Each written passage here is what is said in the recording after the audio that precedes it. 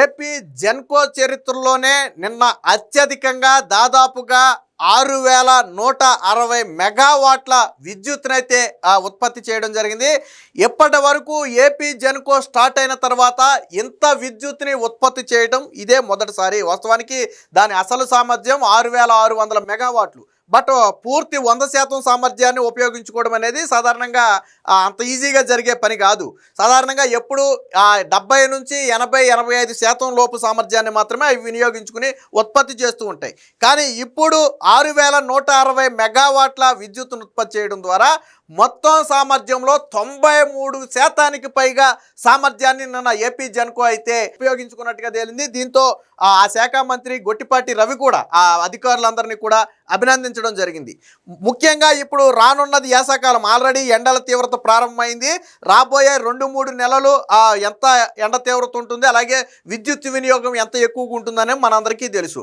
So ఇప్పటికే చంద్రబాబు గారు కూడా అధికారులకి క్లియర్ ఆదేశాలు ఇవ్వడం జరిగింది.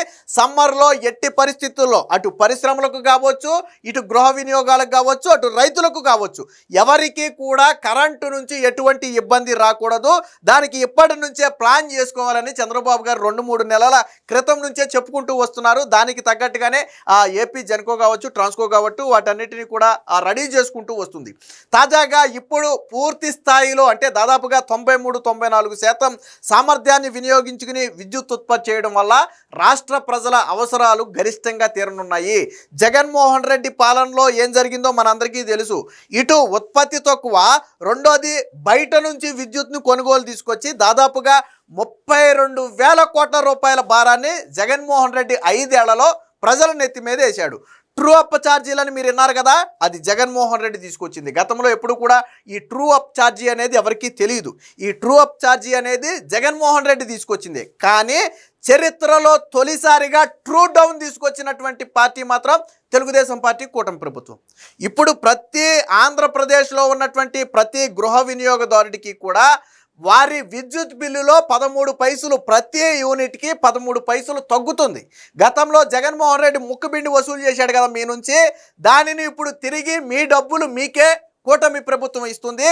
చరిత్రలోనే తొలిసారి ట్రూ డౌన్ అనేది ఇప్పటివరకు ఏ రాష్ట్ర ప్రభుత్వం చేయలేదు. అవసరమైతే దాన్ని తీసేస్తారు తప్ప ఇప్పుడు విద్యుత్ వినియోగానికి ప్రజలు కట్టే బిల్లులకి సరిపడగా ఉందనుకుంటే ఏమవుతుంది చేస్తారంటే ట్రూ అప్ ఛార్జీ అనేది తీసేస్తారు.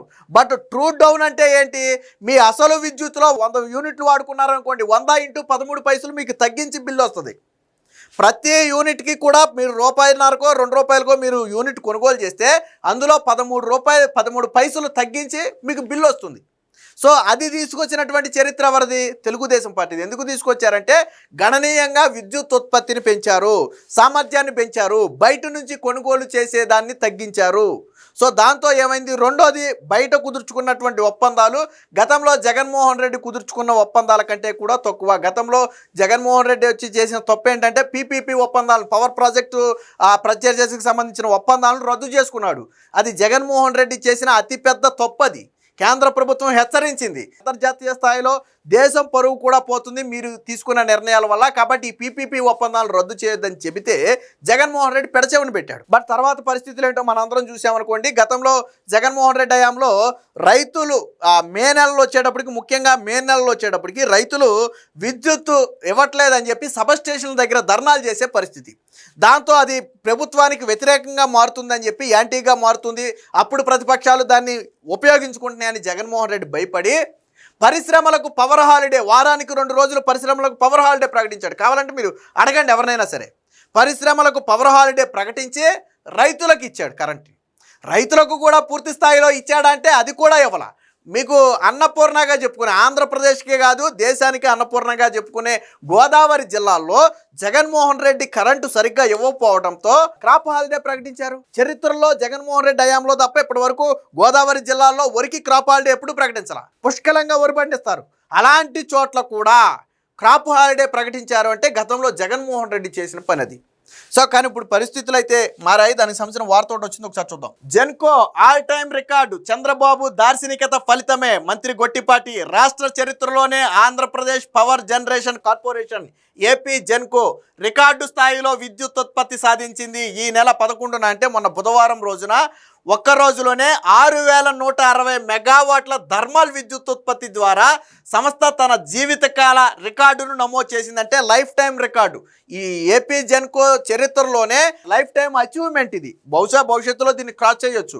బట్ ఇప్పటి వరకు ఏపీ జెన్కో చరిత్రలో ఇదే హైయెస్ట్ ఉత్పత్తి, ఒక్క రోజులో జరిగినటువంటి ఉత్పత్తి. జెన్కో థర్మల్ ప్రాజెక్టు స్థాపిత సామర్థ్యం మొత్తం 6610 మెగావాట్లు కాగా 6160 మెగావాట్ల ఉత్పత్తిని సాధించింది.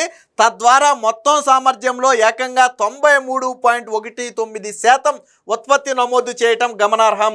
జెన్కో స్థాపించిన నాటి నుంచి ఇప్పటి వరకు ఇదే అత్యధిక రికార్డు. ఈ ఏడాది జనవరిలో కూడా రికార్డు స్థాయిలో 6101 మెగావాట్ల విద్యుత్ ఉత్పత్తి నమోదు చేసింది. అదేవిధంగా గురువారం అంటే బుధవారం తర్వాత రోజు కూడా 6124 మెగావాట్ల విద్యుత్ ఉత్పత్తి చేయగా హైడల్ ప్రాజెక్టుల ద్వారా 1000 మెగావాట్ల ఉత్పత్తి చేశారు. మొత్తంగా 12వ తేదీన 7124 మెగావాట్ల విద్యుత్తునైతే గ్రిడ్కి అయితే అందించారు. దీనివల్ల ఉపయోగం ఏంటంటే ఈ వేసవి కాలంలో రాష్ట్ర ప్రజలకు కరెంటు కష్టాలు తీరబోతున్నాయి. అది రైతులకు కావచ్చు, వాళ్ళ గృహాలకు కావచ్చు, పరిశ్రమలకు కావచ్చు. జగన్మోహన్ రెడ్డి హయాంలో క్రాప్ హాలిడే రైతులు ప్రకటిస్తే పవర్ హాలిడేనేమో పరిశ్రమలకు ప్రకటించారు. సో చాలా ఇబ్బంది పడ్డారు అప్పుడు. కానీ ఇప్పుడు అలాంటి పరిస్థితులే ఉండవు. చంద్రబాబు గారు వచ్చిన ఈ 2 ఏళ్లలో గతంలో కూడా పవర్ హాలిడేలు, క్రాప్ హాలిడేలు లేకుండానే చంద్రబాబు గారు చూశారు, మనందరికీ తెలుసు. రికార్డు స్థాయిలో విద్యుత్ ఉత్పత్తితో పాటు రాష్ట్రంలో గరిష్ట విద్యుత్ డిమాండ్ను విజయవంతంగా తీర్చడం ద్వారా రాష్ట్ర అభివృద్ధికి సానుకూల సంకేతకమని విద్యుత్ శాఖ మంత్రి గొట్టిపాటి రవికుమార్ పేర్కొన్నారు. జెన్కో రికార్డు స్థాయిలో విద్యుత్ ఉత్పత్తి సాధించడంపై ఆయన అధికారులను అభినందించారు. ఈ రికార్డు సాధనకు సీఎం చంద్రబాబు దార్శనికతతో ఇచ్చిన సలహాలు, సూచనలతో పాటు జెన్కో సిబ్బంది కృషి కూడా ప్రధాన కారణమన్నారు. గురువారం జెన్కో అధికారులతో మంత్రి గారు అయితే ఇక్కడ చూడొచ్చు కాన్ఫరెన్స్ కాల్ అయితే మాట్లాడటం జరిగింది. ముఖ్యంగా ఎల్నీనో ప్రభావాన్ని దృష్టిలో ఉంచుకుని గృహ, పరిశ్రమ, వ్యాపార అవసరాలకు నిరంతర విద్యుత్ సరఫరాకు పూర్తి స్థాయిలో సిద్ధంగా ఉండాలని ఆదేశించారు. వైసీపీ ప్రభుత్వ హయాంలో జెన్కోను నాశనం చేశారని, ప్రైవేటు సంస్థల నుండి అధిక ధరలకు విద్యుత్తును కొనుగోలు చేసి రాష్ట్ర ప్రజలపై 32,000 కోట్ల భారాన్ని మోపారని విమర్శించారు. 9 సార్లు విద్యుత్ ఛార్జీలు అంటే జగన్మోహన్ రెడ్డి ఏడాదికి 2 సార్లు, యావరేజ్ 5 ఏళ్లలో 9 సార్లు అంటే 5 రోజులు 10 కానీ 9 సార్లు విద్యుత్ ఛార్జీలు పెంచారు. చివరి ఏంటంటే ఎన్నికలు కాబట్టి జగన్మోహన్ రెడ్డి పెంచే ధైర్యం చేయలేదు. 9 సార్లు విద్యుత్ ఛార్జీలు పెంచారు. కూటమి అధికారంలోకి వచ్చిన తర్వాత ఎక్కడా లేని విధంగా 13 పైసలు తగ్గించి ట్రూ డౌన్ను అమలు చేశామన్నారు. సో ఈ సమావేశంలో ఇతర అధికారులు కూడా పాల్గొన్నారు. నేను ఎంత చెప్పింది అదే, జగన్మోహన్ రెడ్డి ట్రూ అప్ పేరుతో ప్రతి యూనిట్కి 30 పైసలు 40 పైసలు అని బాధితే కూటమి ప్రభుత్వం వచ్చిన తర్వాత రిలీఫ్ కల్పించి ఇప్పుడు ట్రూ డౌన్ పేరుతో 13 పైసలు తిరిగి మీ డబ్బులు మీకే ఇస్తుంది. వాస్తవానికి ఇవన్నీ కూడా మీరు విద్యుత్ బిల్లులో తగ్గించి కడుతున్నారు, మీకు వచ్చే బిల్లులోనే తగ్గించి వస్తుంది. లేకపోతే వాస్తవ బిల్లులు కొంచెం యూనిట్కి 13 పైసలు మీకు పెరిగి రావాలి. ఎక్కడి వరకు మనం విద్యుత్ బిల్లులు పెంచడం వినుంటాం కానీ తగ్గించడం వినలా. చంద్రబాబు గారు ఒకటి చెప్పారు, మీకు 2019 సమయంలో కూడా చంద్రబాబు గారు చెప్పారు, ప్రజలు నమ్మలేదు. నేను వచ్చిన తర్వాత విద్యుత్ ఛార్జీలు తగ్గిస్తాను అవసరమైతే కానీ పెంచబోను అని 2019 ఎన్నికల సమయంలో చంద్రబాబు గారు చెప్పారు. సరే, ప్రజలు అప్పుడు జగన్మోహన్ రెడ్డి నమ్ము ఓటేశారు అనుకోండి.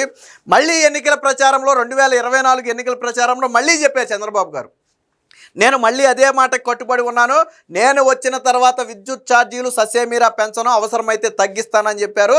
ఇప్పటికీ 2 ఏళ్లు గడుస్తున్న కూటమి ప్రభుత్వం వచ్చి ఒక్కసారి కూడా విద్యుత్ ఛార్జీ పెంచలేదు అంటే అది కూటమి చిత్తశుద్ధికి నిదర్శనం. పైగా తగ్గించారు 13 పైసలు, యూనిట్కి 13 పైసలు తగ్గించారు.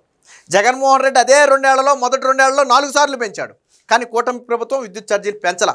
ఏదేమైనా మొత్తంగా ఇప్పుడు రాబోయే వేసవి కాలంలో రాష్ట్ర ప్రజలు మాత్రం పూర్తి స్థాయిలో తీరబోతున్నాయి, కష్టాలు తీరబోతున్నాయి. ఎటువంటి విద్యుత్ సమస్యలు లేకుండా అటు విద్యుత్ శాఖ కావచ్చు, ఇటు సీఎం గారు కావచ్చు పనిచేస్తున్నారు అనటానికి ఇదే ఒక ఉదాహరణ.